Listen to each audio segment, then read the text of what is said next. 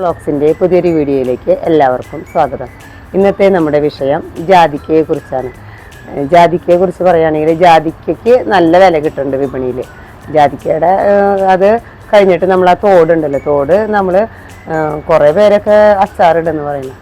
ബാക്കിയുള്ള ഇതിലൊന്നും നമ്മൾ എടുക്കണില്ല, ജാതിക്കത്തോട് കളയുകയാണ് ഞാൻ. പക്ഷേ ജാതിക്കത്തോട് കൊണ്ട് നമുക്ക് ഒരുപാട് ഉപയോഗങ്ങളുണ്ട്. മൂല്യവർദ്ധിത ഉൽപ്പന്നത്തിൽ ജാതിക്കത്തോട് കൊണ്ടും നമുക്ക് ഒരുപാട് ഉൽപ്പന്നങ്ങൾ ഉണ്ടാക്കാൻ സാധിക്കുന്നുണ്ട്. നമുക്ക് ജാതിക്കയുടെ സ്ക്വാഷ്, ജാതിക്ക നമ്മൾ നെല്ലിക്ക തേൻ നെല്ലിക്ക ചെയ്യുന്നുണ്ടല്ലോ, അതുപോലെ തേൻ ജാതിക്ക അച്ചാർ, അതുപോലെ തന്നെ ജാതിക്ക ജാം, പിന്നെ ജാതിക്ക ഉപ്പിലിട്ടത്, പിന്നെ അതുപോലെ ജാതിക്ക നമുക്ക് തോട് ഉണക്കി സൂക്ഷിച്ച് കഴിഞ്ഞ് കഴിഞ്ഞാൽ അത് അച്ചാറിടാനായിട്ട് പിന്നീട് ഉപയോഗിക്കാം. പിന്നെ നമുക്ക് പരിപ്പ് കറിയൊക്കെ വയ്ക്കുമ്പോൾ മാങ്ങ ഉപയോഗിക്കുന്ന പോലെ തന്നെ ജാതിക്കത്തോട് തൊലി കളഞ്ഞിട്ട് കഷ്ണങ്ങളാക്കിയിട്ട് പരിപ്പ് കറിയിലിടാം. അങ്ങനെ നിരവധി ഉപയോഗങ്ങളുള്ള ജാതിക്കത്തോടിനെ കുറിച്ചാണ് ഇന്നത്തെ നമ്മുടെ വീഡിയോ. അപ്പോൾ നമുക്ക് ഇന്ന് ജാതിക്ക സ്ക്വാഷും ഉണ്ടാക്കി കഴിഞ്ഞ് കഴിഞ്ഞാൽ നമുക്കതിൽ ജാതിക്ക സ്ക്വാഷിൽ ഈ ജാതിക്ക ഇടുന്നുണ്ട്.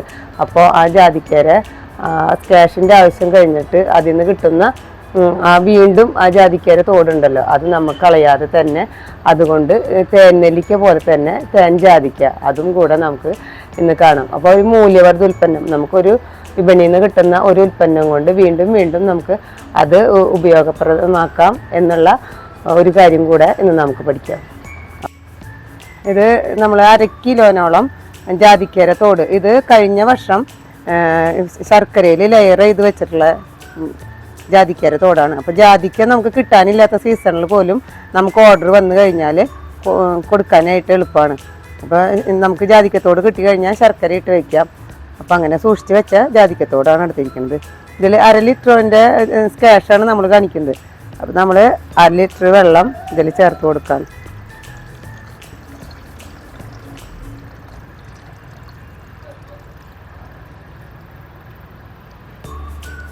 എന്നിട്ട് നമ്മൾ ഇത് തിളപ്പിച്ചെടുക്കാം.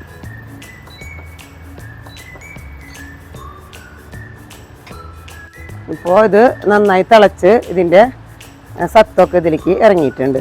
അപ്പോൾ നമുക്ക് ഈ ജാതിക്കയുടെ തോടിനെ ഇങ്ങോട്ട് മാറ്റാം.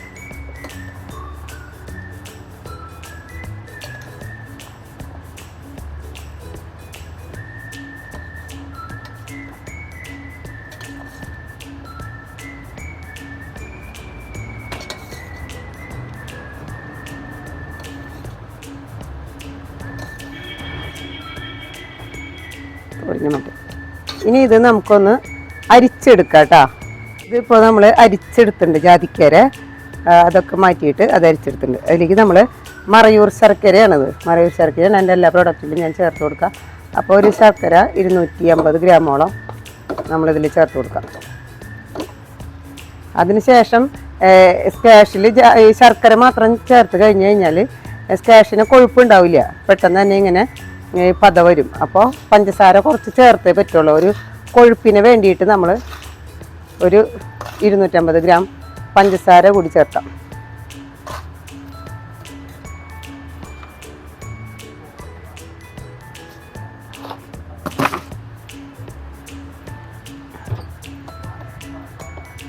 അതിനുശേഷം നമ്മൾ ഇത് ഒന്ന് തിളപ്പിച്ചെടുക്കുക. ഇതിൽ നമുക്ക് ജാതിക്കയിൽ പുളി ഉണ്ടാവും.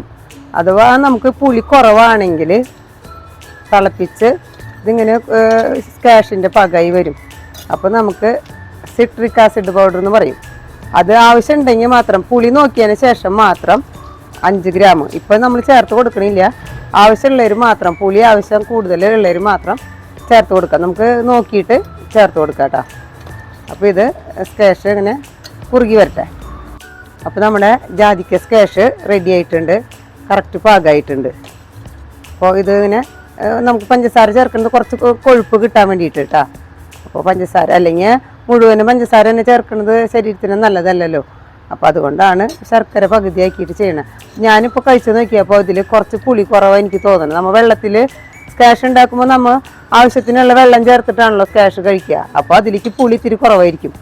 അപ്പോൾ ഇത് ചൂട് മാറിയതിന് ശേഷം വേണമെങ്കിൽ 5 ഗ്രാം സിട്രിക് ആസിഡ് പൗഡർ ചേർത്ത് കൊടുക്കുക. അപ്പോൾ ഞാൻ ഇത് ചൂട് മാറിയതിന് ശേഷം 5 ഗ്രാം സിട്രിക് ആസിഡ് പൗഡർ ചേർത്ത് കൊടുക്കുന്നുണ്ട് കേട്ടോ. നിങ്ങളുടെ ആവശ്യാനുസരണം നിങ്ങൾ ചേർത്ത് കൊടുത്താൽ മതി. അപ്പോൾ നമ്മുടെ സ്ക്വാഷ് ശരിയായിട്ടുണ്ട്. ഇനി നമുക്കത് നല്ല വിപണനം ഉള്ളതാണ്. ഇതിൻ്റെ സ്റ്റിക്കറൊക്കെ അടിച്ച് ബോട്ടിലേക്ക് ആക്കിയിട്ട് ഞാൻ സെയിൽ ചെയ്യണതാണ്. അപ്പോൾ അതുകൂടെ കാട്ടിത്തരാം എങ്ങനെയാണെന്നുള്ളത്. ഇങ്ങനെയാണ് ഒരു വിൽപ്പനയ്ക്ക് തയ്യാറാക്കിയിട്ടുള്ളത്. ജാതിക്കയുടെ പിക്ചറൊക്കെ ആയിട്ട് ഒരു സ്റ്റിക്കർ അടിച്ച് അല്ലിയിട്ടുണ്ട്, ബോട്ടിലാക്കിയിട്ടുണ്ട്.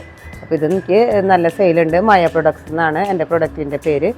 അപ്പോൾ ജാതിക്കയുടെ സ്ക്വാഷ് ഇങ്ങനെയാണ് നമ്മൾ കൊടുക്കുന്നത്. ഇതെനിക്ക് ഇവിടെ നമുക്ക് വിൽപ്പനയുള്ളതാണ്. പിന്നെ അത് കഴിഞ്ഞിട്ടാണ് നമ്മൾ അടുത്തായിട്ട് ജാതിക്കയുടെ തേൻ ജാതിക്ക എന്ന് പറഞ്ഞിട്ട് ചെയ്യാം.